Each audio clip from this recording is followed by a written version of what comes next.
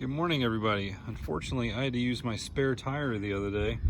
So I'm going to show you how to access your spare tire on Yukon XLs, Suburbans, Tahoes, Yukons, Silverados, all that stuff, and how to take it out and also to put it back. So the first thing you're going to do is take your ignition key and, you're going to open this little access panel, then take your ignition key and you're going to unlock the lock that's behind it.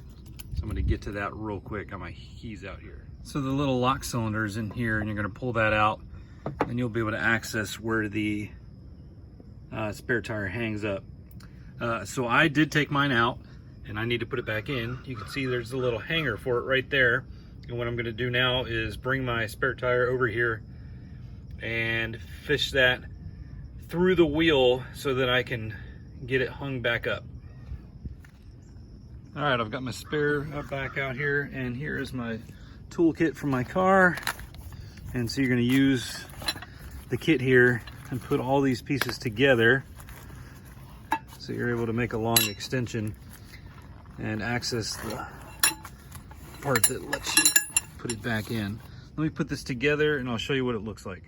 All right, so once you put your tool together, it looks something like that. I found that I only need 2 of the extension pieces to be long enough to go where I need to go. There's the 3rd piece right there. Then you can use this right here. This squared end will go on the end here, and you can use that as leverage to spin the bar. And what I'm gonna do now is show you where you put this in. So you come down here, you can look right in here.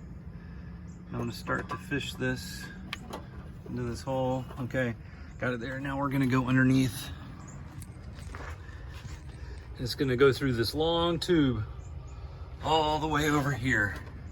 I'm going to kind of move this thing once I get that down there so you can see where exactly it needs to go. So you see that right there? So there is the metal piece going to it, and now it is on. And so now if I turn this, the cable will go up and down right here. So what I'm going to do now is get the wheel under here and start to get this bad boy put back into place. Give me just a second. Okay, when you get this under the car, when you store it, you want the valve stem pointed up. So we're going to put it in there that way. I'm just going to kind of get this into position so that I can feed that through the middle here because it grabs onto this and holds it. So here we go. All right, it was too hard to hold this and get a video at the same time.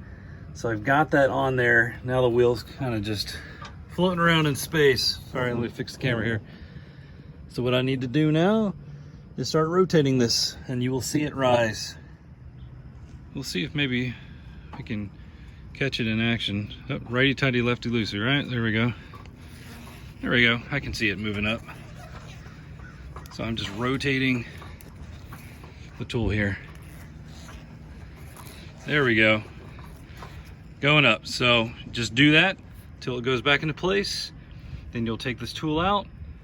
You'll put the cylinder back in and lock it. Put your access cover back on and you're done. So I'm going to do that real quick and show you what it looks like. Well, it looks like we've got it. So there's the part locked up. Let me lay down here. Sorry for the weird camera angle. And there is the wheel put back into its home. Let's mess with it real quick, make sure it's nice and solid in here. Yeah, it's not moving at all. So yeah, pretty simple project. I found out the hard way taking this thing out because apparently my toolkit was not in here. So I had to improvise on the side of the road, which I don't recommend. Anyway, hope this helps you out. Have a good one.